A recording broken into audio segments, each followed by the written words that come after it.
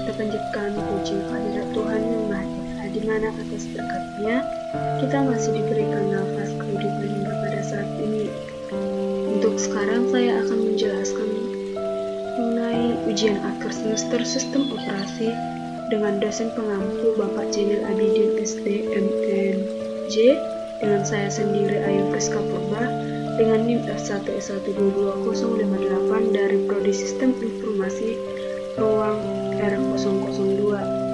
Nah, pada slide ini saya akan menjelaskan tentang sistem operasi, di mana sistem operasi adalah perangkat lunak pada lapisan pertama yang ditempatkan pada memori komputer pada saat komputer dinyalakan atau booting.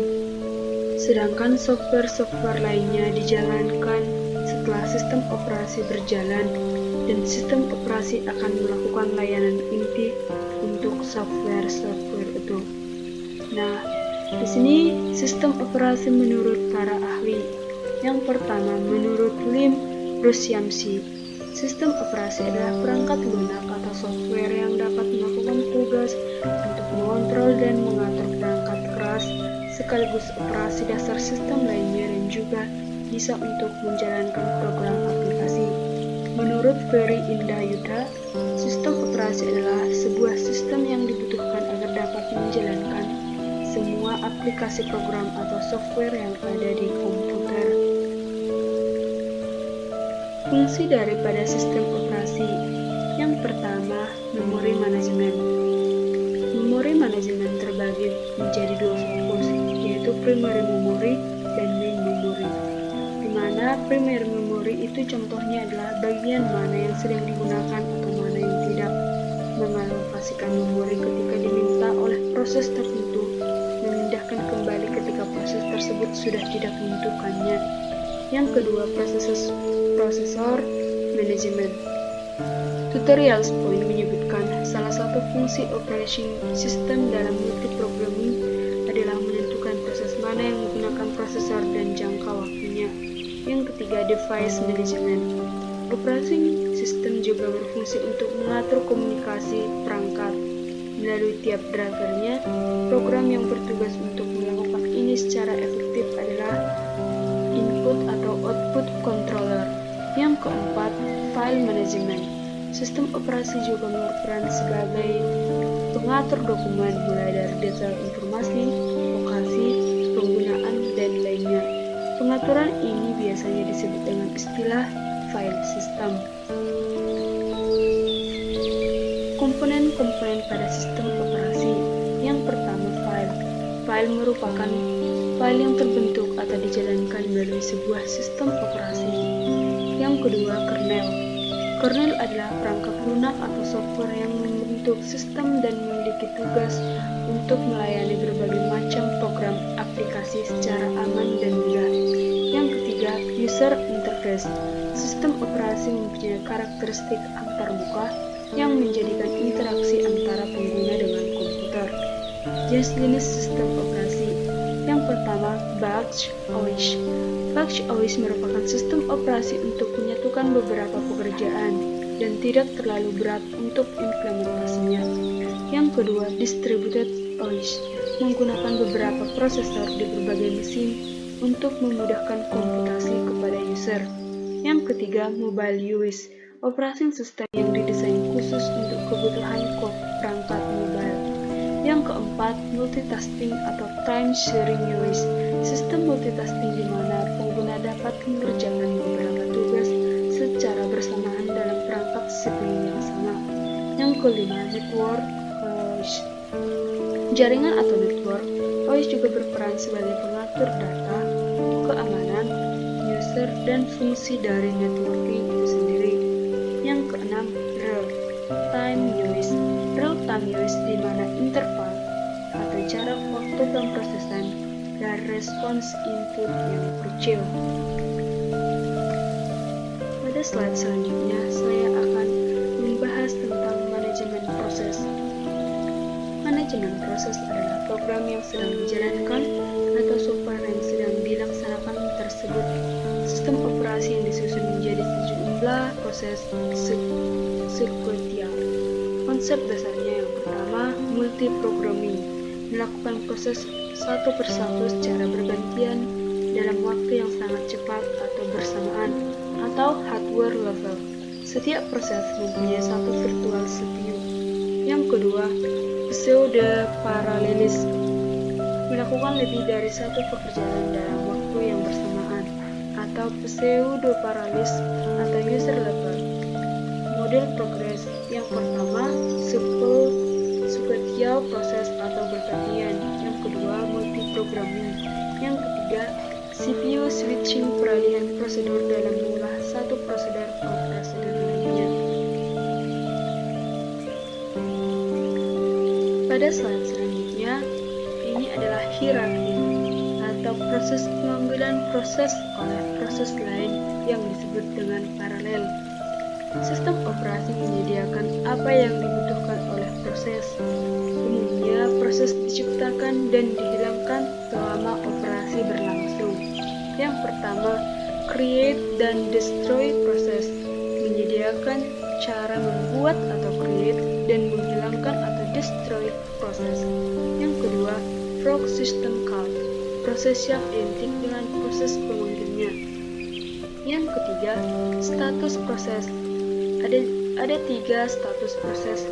Yang pertama, running atau kerja, benar-benar menggunakan CPU pada saat itu atau sedang mengeksekusi instruksi proses itu.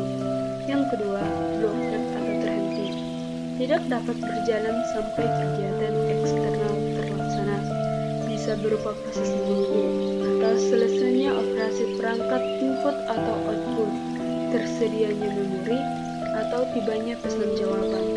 Yang ketiga, ready atau siap.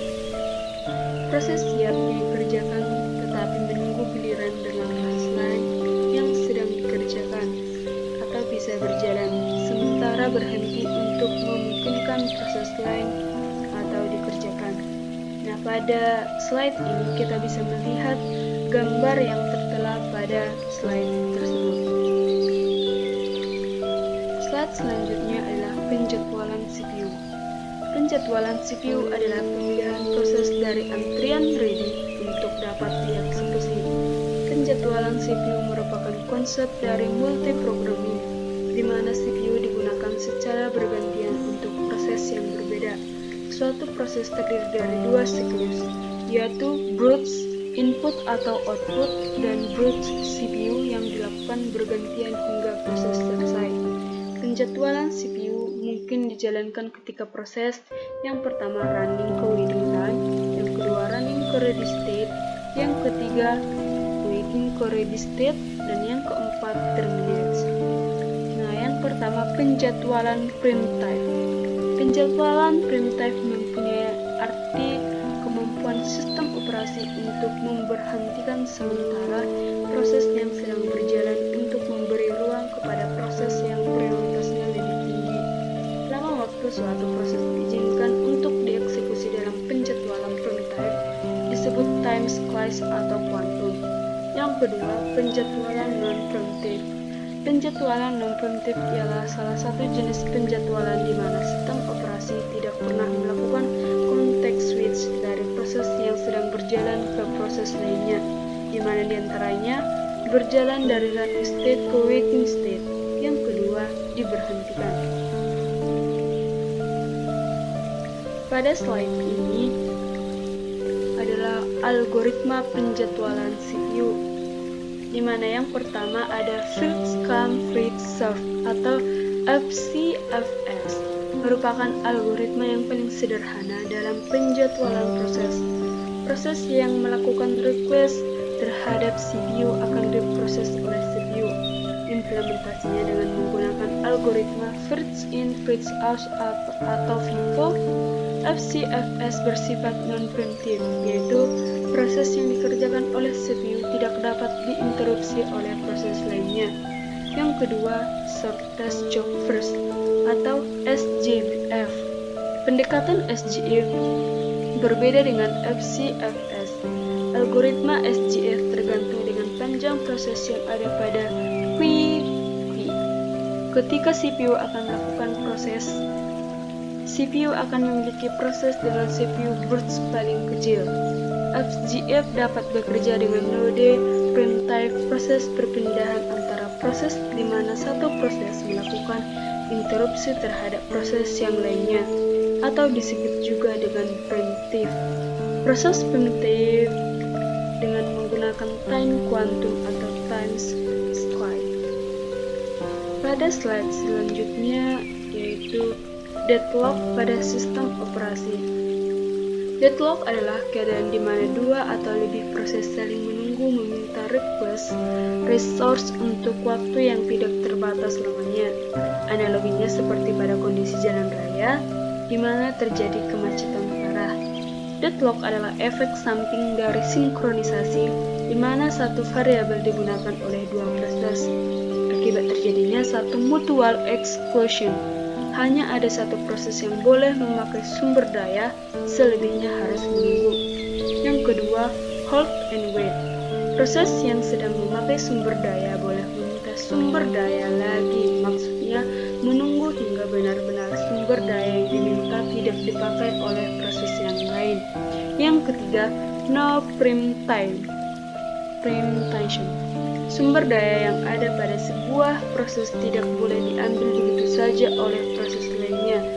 Untuk mendapatkan sumber daya tersebut, maka harus dilepaskan terlebih dahulu oleh proses yang memegangnya.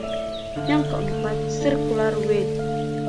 Kondisi seperti rantai, yaitu sebuah proses membutuhkan sumber daya yang dipegang proses berikutnya. Pada prinsipnya, kita dapat menangani deadlock dengan beberapa cara. Yang pertama, menggunakan protokol untuk pencegahan atau penghindaran deadlock, memastikan bahwa sistem tidak akan memasuki kondisi deadlock. Yang kedua, kita bisa mendeteksi terjadinya deadlock lalu memperbaiki. Yang ketiga, kita juga bisa mengabaikan deadlock. Hal ini dilakukan pada sistem operasi berbasis Unix.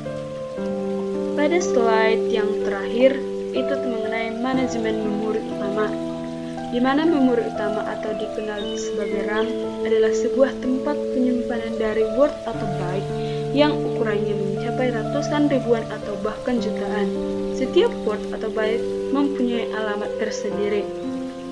Memori utama berfungsi sebagai tempat penyimpanan instruksi atau data yang datanya digunakan oleh CPU atau perangkat internal atau output. Memori utama termasuk menyimpan data yang bersifat volatile atau tidak permanen, yaitu data akan hilang kalau komputer dimatikan. Pada manajemen memori adalah suatu kegiatan untuk mengelola memori komputer. Proses ini menyediakan cara mengalokasikan memori untuk proses, membebaskan untuk digunakan kembali ketika tidak lagi diperlukan, serta menjaga alokasi ruang memori bagi proses. Pengelolaan memori utama sangat penting untuk sistem komputer, penting untuk memproses dan fasilitas masukan atau keluaran secara efisien, hingga memori dapat menampung sebanyak mungkin proses sebagai upaya agar pemrograman atau proses tidak dibatasi kapasitas memori fisik di sistem komputer. Dan jenis-jenis memori, ada memori kerja yaitu ROM, EEPROM, RAM, subshare memory, memori dukung, floppy, hard disk, CD.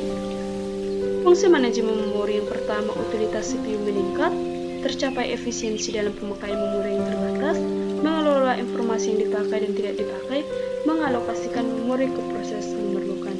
Demikianlah hasil presentasi saya mengenai ujian akhir semester sistem operasi. Saya ucapkan sekian dan terima kasih.